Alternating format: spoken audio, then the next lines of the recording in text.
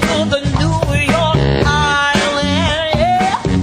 From the Redwood Forest, well, to the Gold Street water. Ooh, let me tell you that this land was made for you and me. Yeah.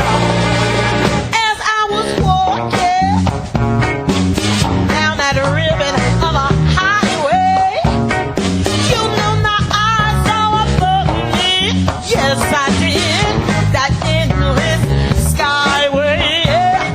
You know now I saw below me that golden valley, and I said to myself, if this land was made for you and me. Yeah. Wow, I'm still walking on. And they tried to stop me. Yeah. They put up a big old sign that read, this sign that read, private property. Well, but I looked around on the backside, and on the backside, it read nothing. And I said to myself, Chef, that side was made for you and me. Come on, come on.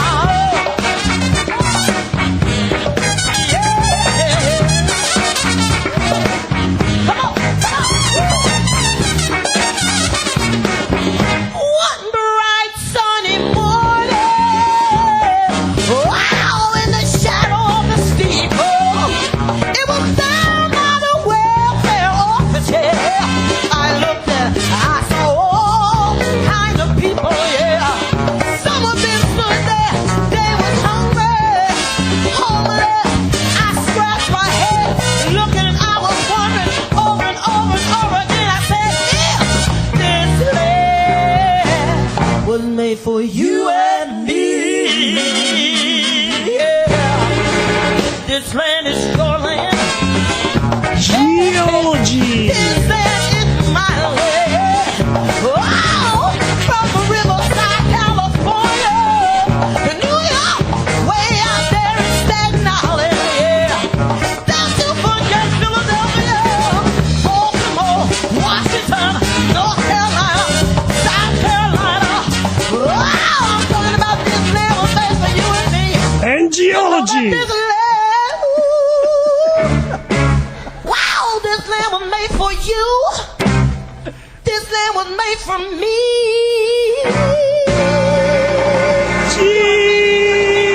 Geology.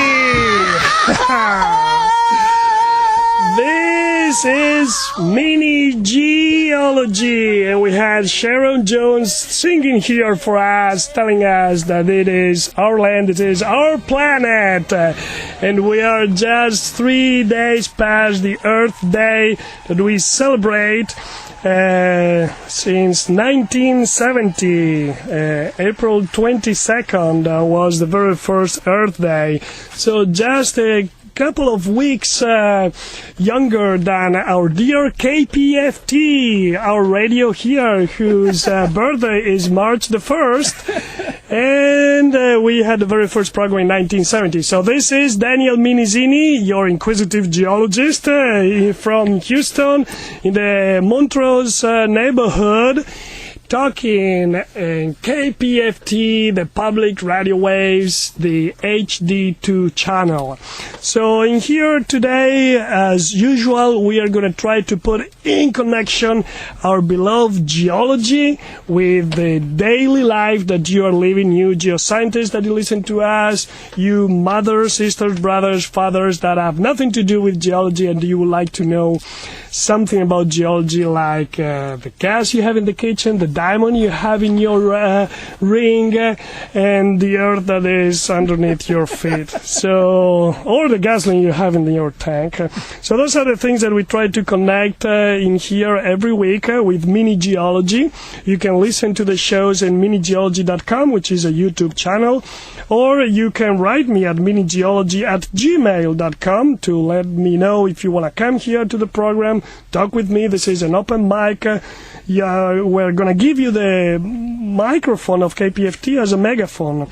You're going to come in here and you're going to shout out whatever you have inside. There are only 7 words that you can say. Otherwise, here we have the open mic, and we always invite students that they are pretty shy. They come in here, and once a month they shout out to the world, because we are live not only in Texas, United States, but around the world, and we reach also the International Space Station with our dear NASA institution so close to Houston. So today, we're having here in the house Evelyn and Brandt, Evelyn, Merz, and Brandt Mannchen, that they represent the Sierra Club chapter in Houston. So the Sierra Club is an environmental organization in the United States. It's one of the first large-scale environmental preservation organizations in the world. Actually, it was founded a long time ago, May 28, 1892, in San Francisco, California. Thank you, California. Here's Texas calling you. And the Sierra Club is organized on both a national and local level. So while much activity is coordinated at the local level, the club is a unified organization. So decisions made at the national level take precedent. We would really like to talk with Brandt and Evelyn about the Earth Day.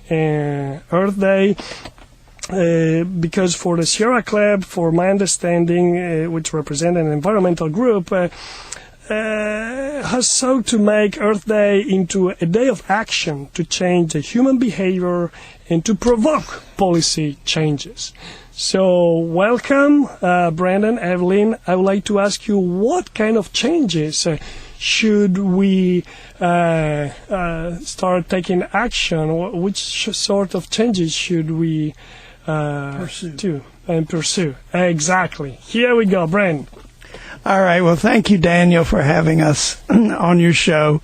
And I'd like to talk maybe about 3 things that people could do personally, not just on Earth Day, but after Earth Day, and incorporate into their lives. The first is something that I don't think a lot of people think about or even participate in, and that's restoration. And I'm talking about, we have a lot of beautiful public and private lands around here that are being held for the protection of the ecosystems and the wildlife and the vegetation that's on those, but they need management. And they need, in some cases, restoration back to a sort of a community that they used to have. And so on April 21st, which was the day before Earth Day, on Saturday, I was out at Exploration Green, which is in the Clear Lake area. And what they're doing there is taking an old golf course and turning it into a combination detention basins and also wetlands habitat. So we were getting our feet wet and planting wetland plants, which will grow and help filter the water, make it cleaner, reduce those nutrients and those sediments that come from eroded areas, and also help hold floodwaters so that people, flooding has been a big issue lately. So is restoration in opposition to preservation? Preservation refers to like having something and then taking care of it and protecting it.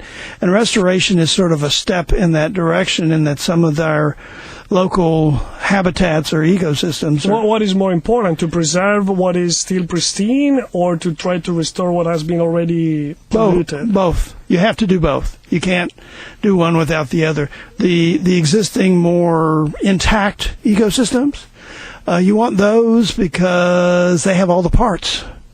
And also, they are sort of your models, your templates, so that when you restore, you say, well, what does habitat look like in good condition? Well, there's one over here, and it's got this and this and this. And that's what we want to sort of restore or mimic. What is our template, our model for the preservation here in Texas or in the United States? There's lots of templates. It depends on the habitat, because we have deserts, we have mountain ranges, we have wetland habitats, we have rivers, we have forest. prairies. So depending on what habitat you're talking about, the template is what we know about existing areas that are relatively pristine, as well as what research has been done and what historically the the settlers and the first explorers found when they came. So all of that is pulled together to say, this is what we think makes sense. What is that we have close by here in Texas that is pristine and that we should be proud of, and we should encourage the audience to go and visit and go in the There's so much. Okay, so there's Big Thicket National Preserve, which is in southeast Texas. There are a number of wildlife refuges on the coast of Texas, which are there to protect that prairie marsh habitat that we have just beyond the beaches. There are national forests. Sam Houston National Forest is only 50 miles north of Houston. There are state parks like Huntsville State Park or Galveston Island State Park or Stephen F. Austin State Park. And then more locally, there are areas like Deer Park Prairie and Nash Prairie, and the city of Houston has a group of people that do natural resource work, and they're actively going into city parks and restoring prairies and wetlands and things like that that had been grown over or been degraded or whatever, and adding a certain different component that most parks don't have. And so we have some local, and also the county, Harris County, has some beautiful areas along Spring Creek Parkway. So there's a locally, state, and federally, we have a series of protected lands that in most cases anybody can go and enjoy and then help protect. Are all of these lands that we try to preserve or restore public land, or they're also private? They're also private, like Mary C. Prairie, which I call the only restored tall grass prairie in the Big Thicket. We've been working on Mary C. Prairie since 1992 to restore that to a tall grass prairie. And so we have people can come and visit it. It is a piece of private land that's owned by the Texas Land Conservancy, which is a land trust. And but you can go any day and visit it. And also we have work days where people can come out and help do good things on the prairie.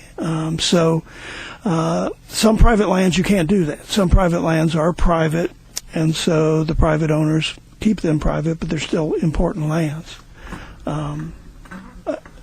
And then a lot of those other lands I were talking about were local, state, or federal public lands, and those we all own.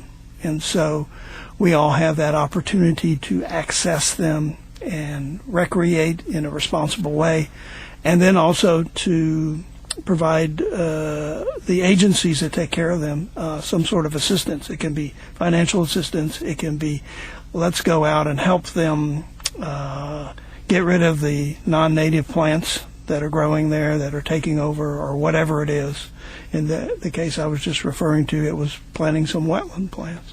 So there's all kinds of opportunities. So that's the first thing. The second thing I wanted to mention is letters to the editor. Letters to the editor. Letters to the editor. So who's the editor? It could be the Houston Chronicle. It could be a local newspaper. It could be a national magazine, or could be an internet site. All those particular venues have opportunities for the people who read or listen or whatever to those venues to write in their particular opinion about a vast array of issues. And so I'd like to encourage people, you have as much to say as anybody else. And so if you love the environment, if you want clean air, if you want clean water, if you want parks, you've got just as much to say as anybody else. This should be relatively easy, right? Because you have to write, you don't really have to be physically present anywhere to march, to protest, right, or to work. You just have to write. And a lot of times it's in reference to an article that appeared in the venue, and you either agreed or disagreed or wanted to add something about it. And so you write in, and I've had many of my letters published. It's not hard to do. And I'd like people to think about that, because even if you only do it once or twice a year, it's important, because those who are legislating on our behalf, a lot of times they don't know what the public thinks, and this is one real way that they can be aware of what the public thinks. So the editor could be also the legislator? In a symbolic way. Legislators look at letters to the editors because they're hungry to know what their constituents want and what they're thinking. And so one of the things I've always been told in all my training as a volunteer activist is a letters to the editor section is one that the congressperson or the commissioner or whoever it is watches assiduously, because that's where they find out somewhat about what the public is thinking. At this point, I would like to know how the editor cherry picks the letters that they are going to be published. Well, that's a good question. I'm not an editor, but my understanding is, first, keep it short, right? Second, make it something that is, it's easier to get something printed if it's something that's sort of topical, right? Also, I'm going to use a word, make it pithy. So in other words, have something where, you can say something that people kind of pick up on real well. And also be genuine, right? Because this is your letter. These are your viewpoints. Don't worry about when somebody else said, this is what you want to say. And so, and there's other tips or anything, but those are a couple of the tips that you can use in putting a letter together. And when I say short, it's probably going to be like 2 to 4 sentences max, right? Oh, 2 to 4 sentences max? Yeah. And it doesn't have to be long. Now, sometimes they'll take longer letters, obviously, because you can look at them every day and see like what's getting published and what isn't. But I encourage people. It's not hard to do. I started out way back in the 70s doing this. My dad did it, and so it sort of opened up a door for me to say, well, maybe I can do this. And of course, when they published one, I went, wow, golly gee, my viewpoint is on there. And so the third thing I want to mention is politics, the word everybody loves to hate, and that is people really need. If they believe in the earth and they want something better to happen for themselves and their children and their grandchildren, they really need to pick something out and start following it and follow what their politicians are doing on it, and start to interact with them. And if more people did that, politicians would probably do things differently than what they're doing now. So you are suggesting to pick a topic, for instance, a restoration or something that is close to you, to your area, and then interact with the politicians. You can interact like that. You can interact on something as broad as climate change, right? Or as small as a local project. And a little bit later, Evelyn's going to be talking about a city of Houston issue or situation. And so you can go the gamut, but it's really important. Politicians, again, every day, lobbyists who are paid by very wealthy corporations are knocking on their door and trying to convince them that this is good or this is not good. And they don't get enough of just regular folks who are on a regular basis are interacting with them and getting to the point where they actually call the person by their first name because, oh, he always comes to my town hall meetings. Or, oh, she sends me letters or emails that, that have really good information in it. Or they met with my staff and it made a whole lot of sense what they said. But because the alternative is you leave the whole field to those people who have the money to pay lobbyists to get whatever it is they want. And so just regular folks who have a concern about their kids and the air they breathe or whatever, it never gets heard. Good. So if interested in the value of the Earth Day and what it represents, we have three main topics that we have to follow. Understand preservation and restoration. Write letters to the editor. Write it short, 2 to 4 sentences long letters to the local newspaper, the national magazine, the blogs and the website that you know, including here at Mini Geology, right? At minigeology at gmail.com. That's right, Daniel, for goodness sake. And then the third, politics, which it is what we love to hate. Pick a topic and interact with the politicians. Yes. Evelyn, do you want to add anything about the Earth Day and your view on what it represents, being a volunteer of the Sierra Club? Well, actually, I guess following up on Brandt's thing, you can participate in restoration projects, just like we're having one going to Big Bend at the beginning of next week to work at a national park. But what you might want to do is try to look for opportunities locally for connectivity of habitat. We have so much fragmentation of habitat actually in every country in the world. It's not just in the big cities. It can also be out in the countryside where it's fragmented by roads, by buildings, by pipelines, by transmission lines. I think it's important to start looking for opportunities to connect the habitat that we have left, even if it needs to be restored, so that there are corridors for wildlife and to actually get a decent amount of habitat left to be restored. I think when you're looking at communication, the letters to the editor are really important. But if you're into digital media, there's something you can do too. Instead of basically passing around the latest joke video, pass around a piece of environmental news that's happening locally. About a meeting that's taking place, about air quality in your neighborhood, about a water quality issue that's taking place in your state or your country. Start sending that information out to your friends so that they know that you think it's important, and maybe they'll start to think so too. So use the power of social media to communicate some pretty important things to try and keep your circle of friends aware.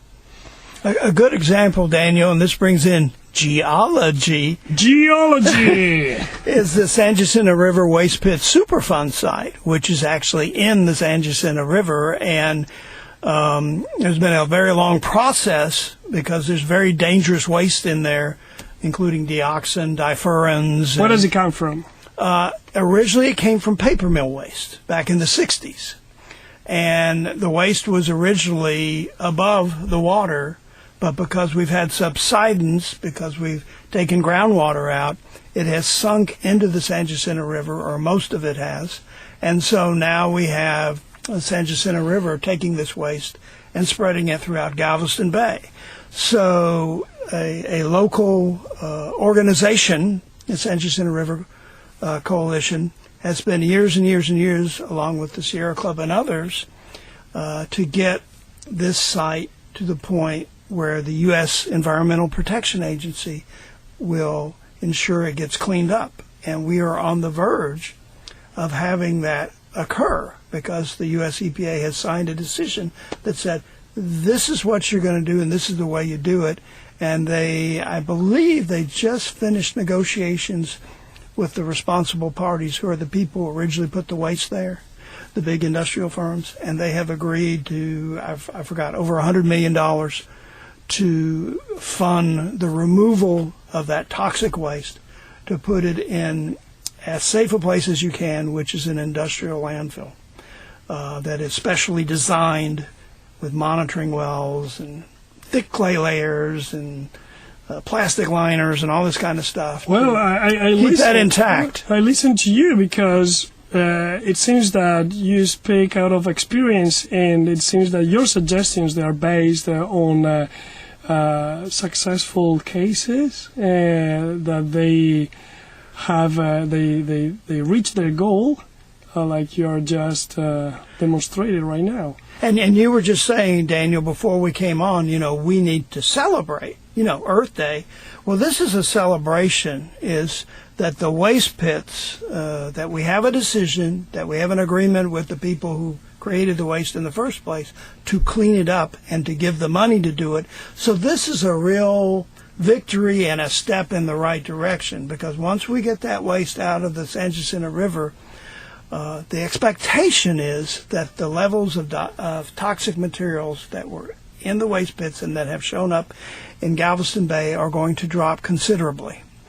This isn't the only waste pit or location of a toxic waste site on Galveston Bay, but it is considered to be the main source of a lot of the contamination. Who did you have to fight against for this case? Who was against you? Well, International Paper and the McGinnis Waste people, which were the folks who put it in originally, they didn't want to pay the money, right?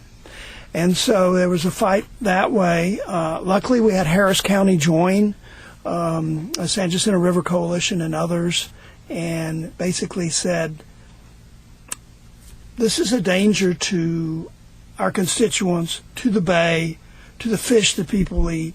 We need to do something about it. So we actually had a lot of political leaders who, after a number of years, finally said, you know what, you're right.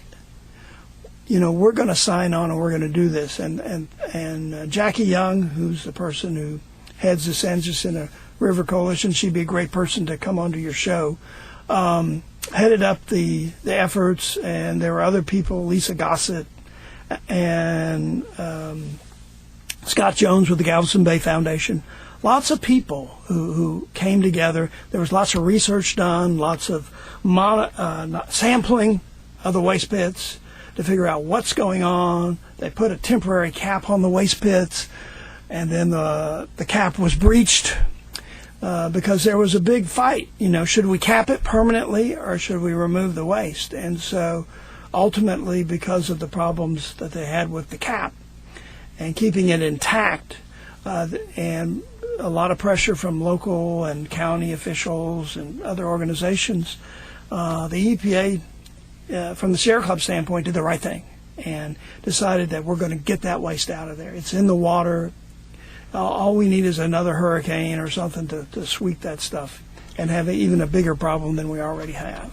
And they've shown that part of the San Jacinto River is actually kind of nibbling at the corner of the waste pit, so it's not some Sierra Club Pollyanna-ish type of feeling. It's like EPA and Parks and Wildlife and Texas Commission on Environmental Quality and all these agencies say, yeah, we need to get rid of this stuff.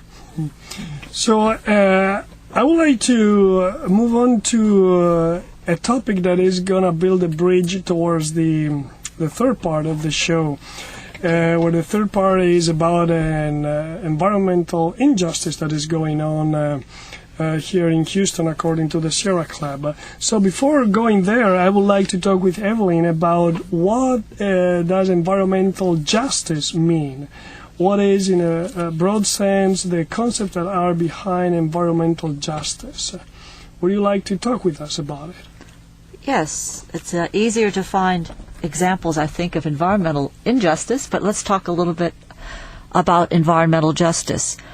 Environmental justice means that, at least as I interpret it, that all people have an equal chance of input into the quality of their environment, and not only the immediate environment, such as the waste treatment, recycling, air quality, water quality.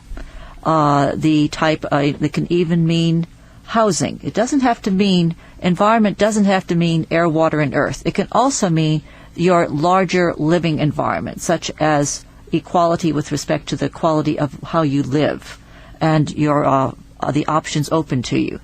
So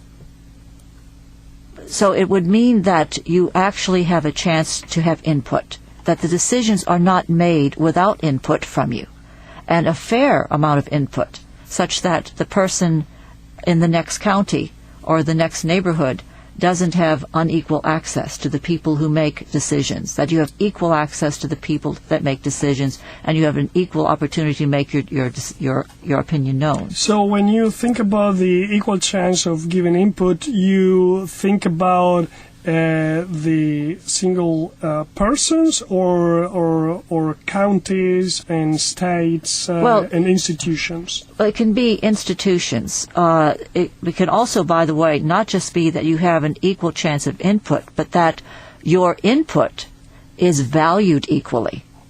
Because if everybody has an equal say, but you know that some people are listened to more than others, that the outcome would not be just. That is because not only do you have to have a chance to actually have input, but your input has to have an equal value to by the decision makers. Yeah, Brad. And also it has to do with exposure. And by that I mean we have a term in environmental justice where we talk about fence line communities. And around the Houston area, that's a very common thing, which is the people who live closest to large industrial facilities often are exposed the most to air and water and land pollutants. And so and a lot of times those people are also the people least able to do something about the situation because they have little political power. They also have little in the way of economic resources, which is one of the reasons they're in housing that is next to, let's say, a refinery, is because they can't afford anything else. And so environmental justice has to do with we need to consider their lives and their exposure as important as if I were living, let's say, in Meyerland or Tanglewood or Kingwood or anywhere else. Very clear. And Evelyn, how can we measure this justice or injustice? Or, like if we talk about democracy, you have people voting, you can count the votes, and you can see, because there are regulations, if somebody didn't follow the protocols and the regulations.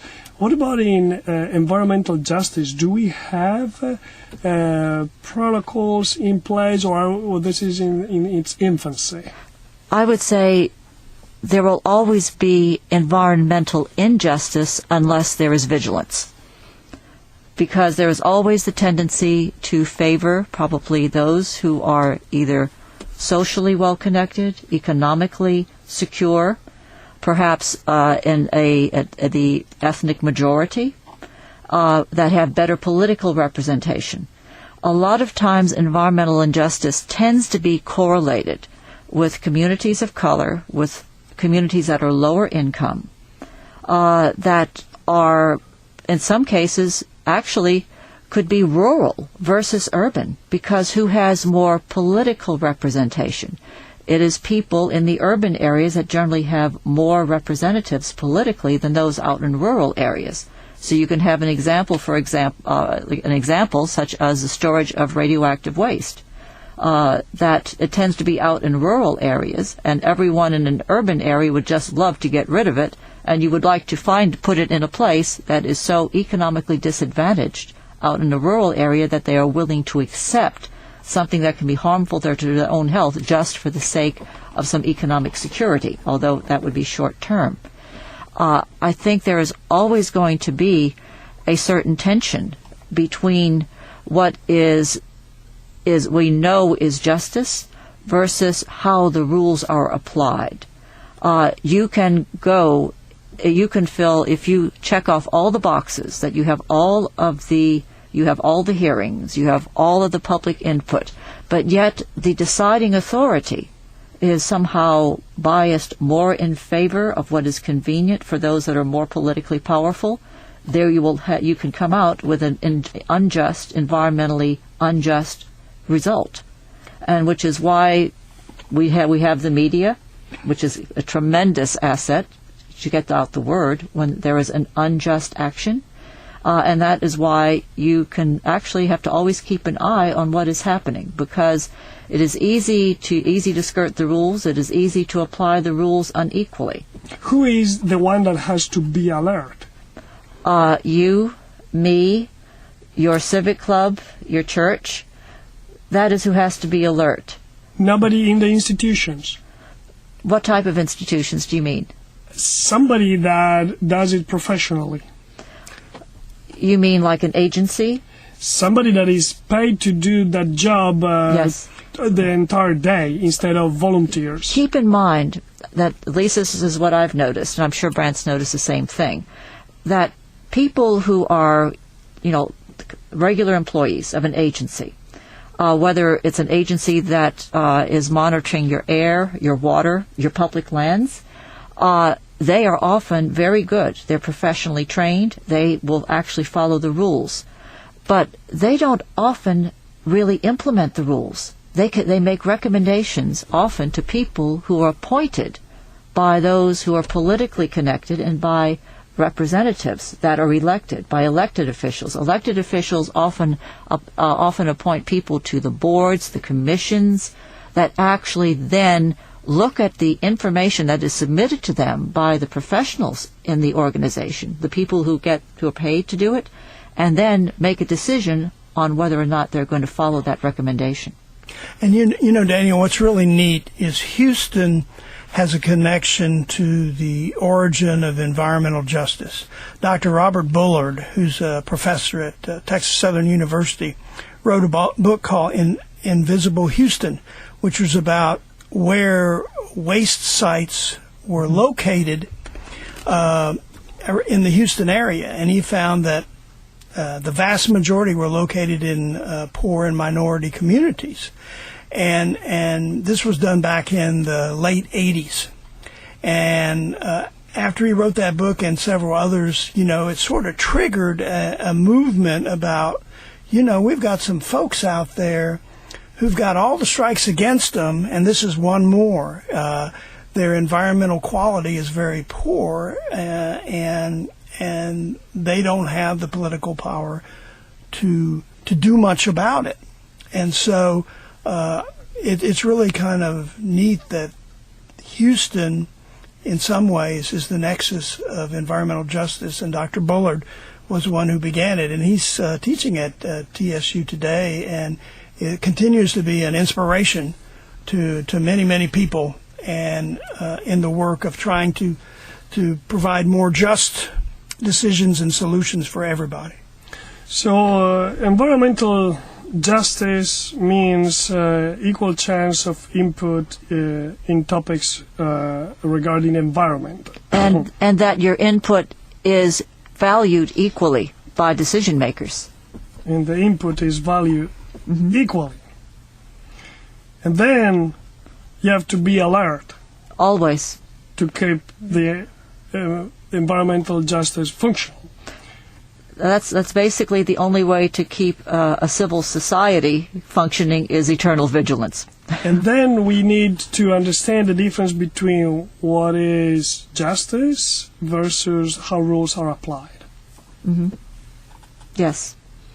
So we built this abstract bridge to move into something very pragmatic and local and unjust action that is going on here in Houston, Texas, according to the Sierra Club.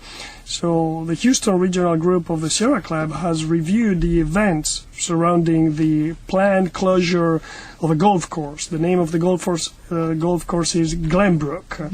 Is roughly in the southeastern part of the city, east of the intersection, the highways 45 and 610. And the issues surrounding the awarding of a 30-year lease to the Houston Botanic Garden to occupy the entire 120 acres of this golf course for the benefit of the Houston Botanic Garden, which is a private non-profit entity. So in exchange for this golf course valued $50 million, the Houston Botanic Garden will pay the sum total of $100. So I read the statements of the Sierra Club, and the Houston Sierra Club is not necessarily opposed to the presence of a botanic garden, but it is opposed to the conversion of this entire 120 acres of the golf course to a single-purpose, fenced, admission-based usage that excludes the general public and prevents the passage on the Sims Bayou, on the bridges. So disconnecting the environments, as we said before, fragmenting the habitats. So the Sierra Club position, my understanding is that the needs of the more vulnerable communities should not be sacrificed to satisfy the desires of the comfortable. Yes. Yes, the comfortable are very comforted by the decisions of our city leaders in this case.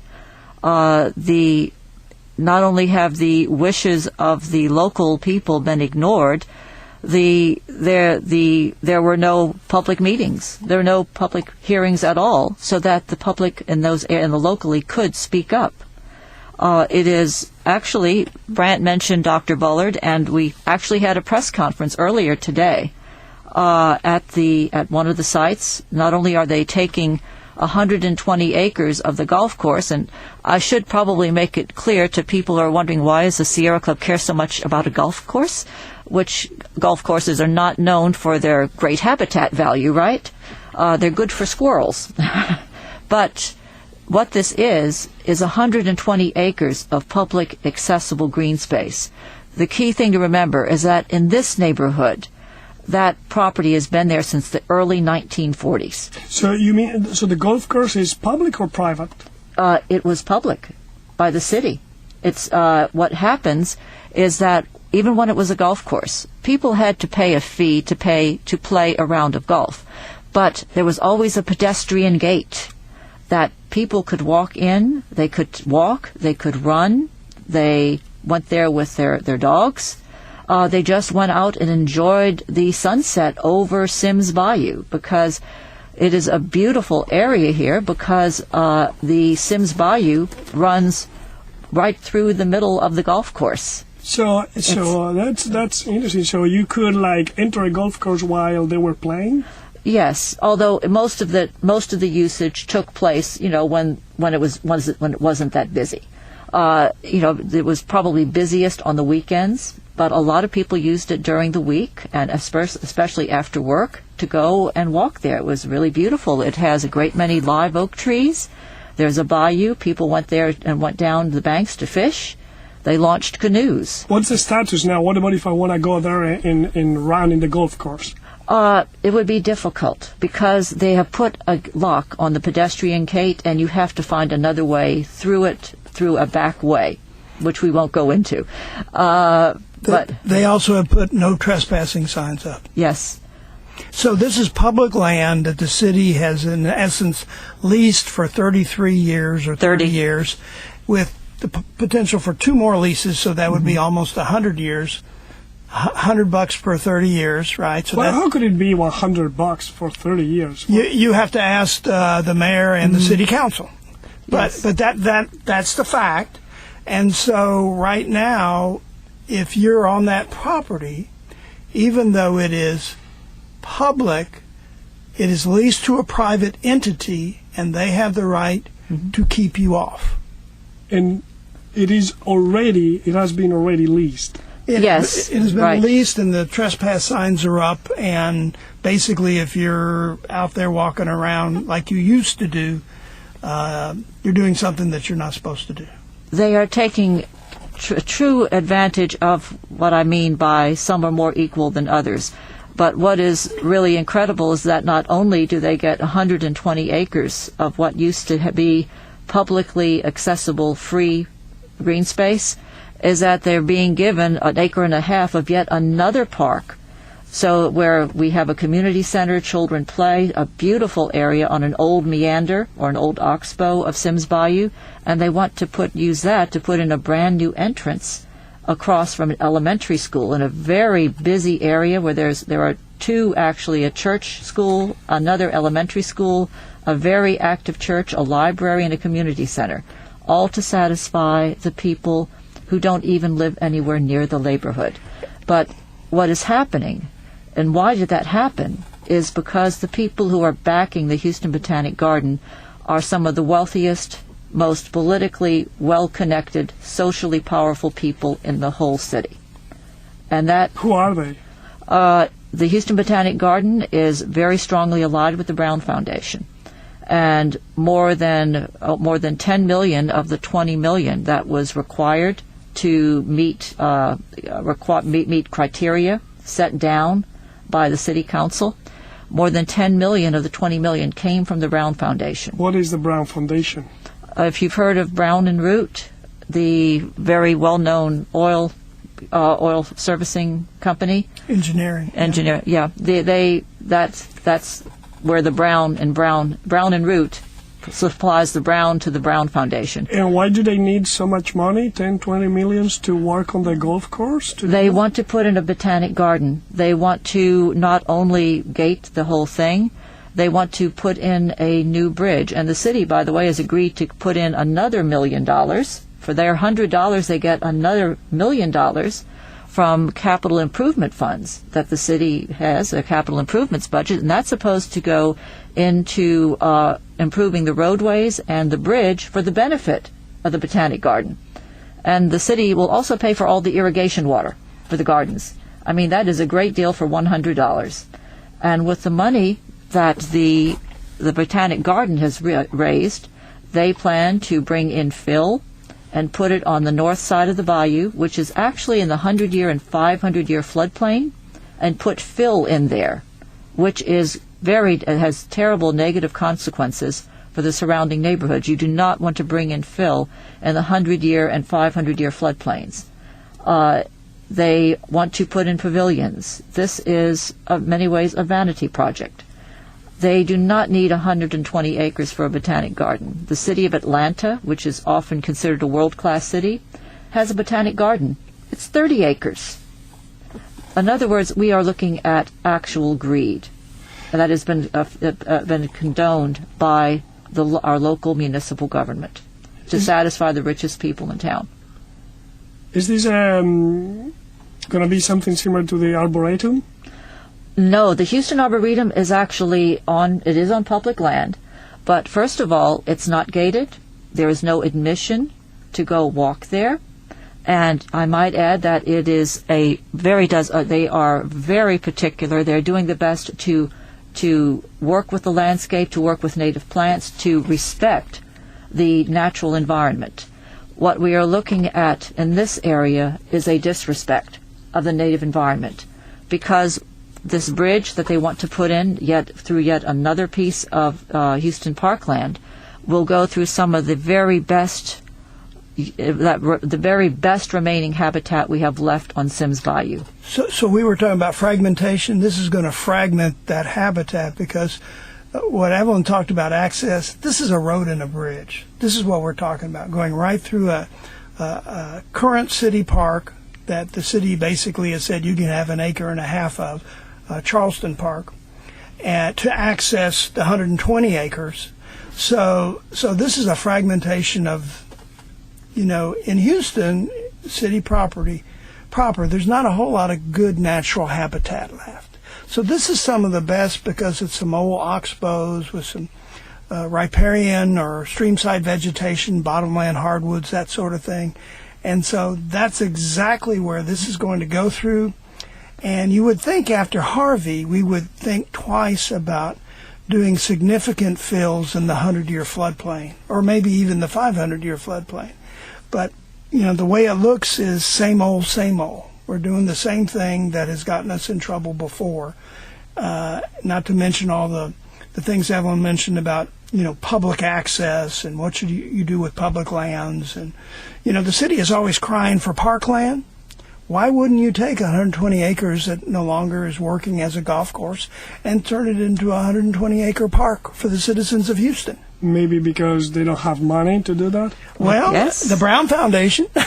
Well, and this actually... Well, they want to do something different. Well, what is funny is that the city did, it's not funny, but the city did its own analysis of public parkland and in Houston, and they divided up the city into sectors.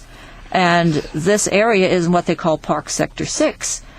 And in looking at this sector, the city came to its own conclusion that this was a park-poor area that, first of all, needed to work on, basically, on access, on connectivity, revitalizing it, preserving environmentally sensitive areas, and actually buying another 13 acres of parkland. So if you look at what they actually did, they're not going to revitalize this park. They're basically going to give it to a private entity. They're not going to develop neighborhood connections. They're going to make people who have always, for over 75 years, used the pedestrian bridges to get between the north and south banks of Sims Bayou. They will have to walk along a service road next to I-45. And they're not going to preserve an environmentally sensitive area. They're going to put a bridge across this. And it's actually a very wonderful wildlife area. But there is no care for that. And as far as acquiring some additional parkland, well, no.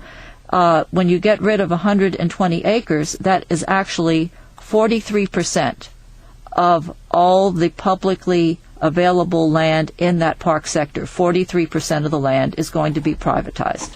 Is the local administration all together as a team in this, or they are divided inside?